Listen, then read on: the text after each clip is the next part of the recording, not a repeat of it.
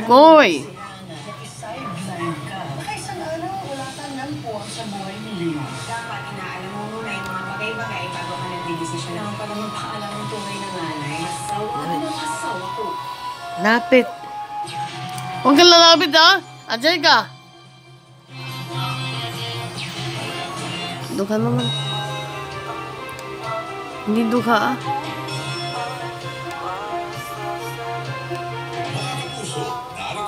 Ng ilang pilihin base sa monitoring ng Department of Agriculture.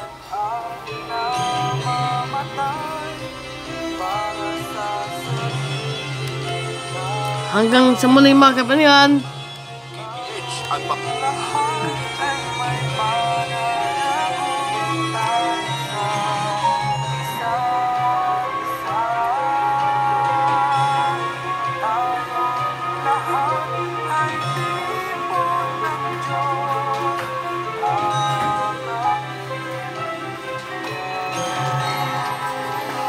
Ano pa kailangan mo?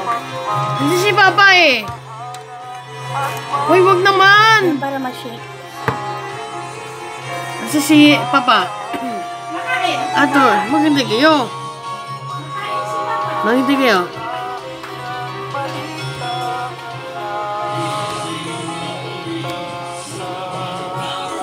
Ako, Tony, meron akong bagong na-discover. Pamatagalan, instant ang enjoyment at wala patapusan. Teka, habang matagalan, hindi natatapos yan. Pwede yan. Alam kung bakit? Kaya basta naka-magic calls ka, pwede yan. So pag sinabing pang matagalan, Magic calls yan. at pag sinabing long lasting, Magic calls yan. Alam ko mga sekreto dyan. Makinig kayo mabuti. No expiry calls. walang expiry, pwede pala yun. Dahil sa mga Walang kasama si Buddy. smart prepaid, Hindi siya kasama si Buddy Beras. calls to all 2027 landlines. Mas pala smart na Kasi hindi lang magic calls ang no expiry. Meron din po magic apps na expiry data para sa TikTok, Mobile Legends, Facebook, Instagram, YouTube, at iba pa. Eh kung wala ka pa pala nito, eh huli-huli ka na. Alam ko, hinihintay ninyo. Mother. Patagalin ang enjoyment with smarts, magic calls, and magic apps. Lipat na sa Smart Prepaid at mag-load ng Magic Call sa suking tindahan o di kaya ay sa Smart App. Promo runs from June 24, 2024 to September 30, 2024 for DTI Fair Trade Permit Number FTEB 195904 Series of 2024. Promo runs from May 30, 2024 to August 31, 2024 for DTI Fair Trade Permit Number FTEB 194185 Series of 2024. Kayo'y nakikinig sa Super Ganda ng music ha, Arthur. Isa ang patay habang apat na iba ang sugawan sa pagbubog ng isang motor trailer sa Limay Bataan sa gitna ng masamang panahon. Madaling araw nang unti-unting lumubog ang MT Terranova na may kargang 1.4 litro ng industrial fuel oil. Batay sa aerial inspection ng Philippine Coast Guard, may namonitor na oil spill sa layo ng 5.6 nautical miles sa silangang bahagi ng Lamu Point. Ayon sa Coast Guard, posibleng fuel ng barko ang nakitang tumagas na langis. Nili mo ako ah. Nili mo ako, sir. National Capital Region. Ama namin. Ama namin.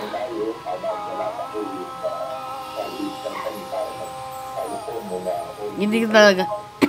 Hindi talaga pasok, Arthur. Yan ang tinig ni Rear Admiral Armand Balido, tagapagsalita ng Philippine Coast Guard. Ayon sa may-ari ng barko na Portavaga Ship Management, nakaschedule itong umalis noong Lunes pero pinigilan sila ng PCG at Martes na ng gabi pinalayag.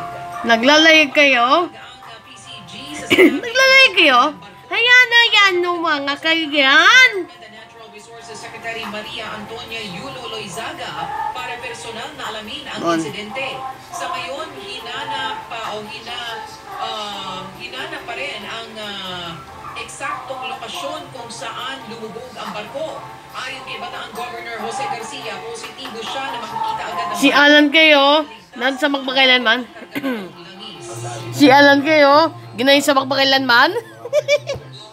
Kulit naman. Alan kay. Securely mailabas yung laman ng Paano si Alan kay sa magpakailanman? Si Alan kayo, ginay sa pagpakilanman. Yan ang tinig ni Bataan Governor Jose Garcia. Agad naman pinakilos ni Pangulong Bongbong Marcos sa mga otoridad para agapan ito at hindi na kumalat pa ang ilang Si Liwan. When the fuel is being released, what are the tides, what are the winds, where is it headed? Para makunahan na natin. Yan ang tinig ni Pangulong Bongbong Marcos. Maantala ang pagbubukas po ng klase sa ilang paaralan na napinsala ng baha dulot po ng habagat na pinalakas ng Bagyong Karina. Ayon kay DepEd Secretary Sani Angara, hindi ho pinagbukas ng klase sa Lunes sa mga nasa landang paaralan. Ang mga Muntik. bagyalang Muntik na siya. o hindi naman nasira, tuloy pa rin yung pagsimula ho ng klase sa darating na Lunes, ika-20. Ikaw ikaw si Arthur, ikaw talaga si Arthur. Ah! Pinsala sa National Capital Region, Calabarzon, Muntik ako. Ngayong araw nakatakdang maglabas Cool ang talaga. ng listahan ng mga Ate, what's wrong? Ay, ow! Teachers Dignity Coalition sa DepEd na iturong sa August 5 ang pasukan sa makalugan Ayan. What's wrong? ng matinding pagbaha. Inumpirma ng Office of the Vice President na bumiyahe sa ibang bansa si Vice President Sara Duterte kasama ang kanyang pamilya. Sa isang pahayag, sinabi ng OVP na nakalulungkot ang kanyang biyahe ay nataon sa paghugupit ng Bagyong Karina at habagat. Anila personal trip ito at may kaukulang permiso. Gayunpaman, laging mananghanda ang disaster Yari, halika na. Center ng Office of the Vice President na tumulong sa mga pamilya na apektado ng kalamidad. Kahapon, tumahagi ang Teka muna. ng pagkain ng sa mga disaster responder sa Barangay Manresa sa lungsod ng Quezon.